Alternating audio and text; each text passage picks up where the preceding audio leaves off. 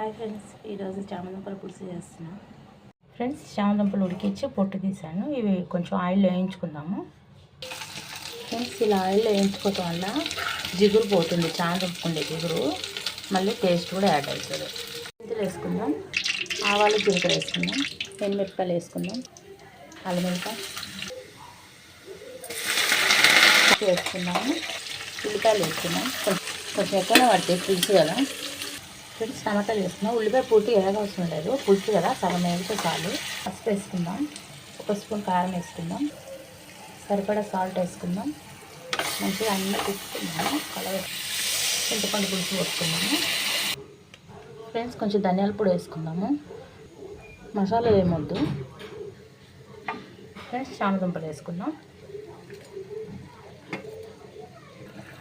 కొత్తిమీర చల్లుకుందాం. వావ్, చూడండి ఫ్రెండ్స్, చక్కగా ఉడికిపోయింది. ఆ ఫ్లేవర్ ఎంత బాగా వస్తుందంటే పులుసు సూపర్ ఫ్రెండ్స్.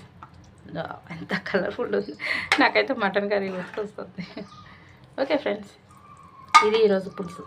Bye friends.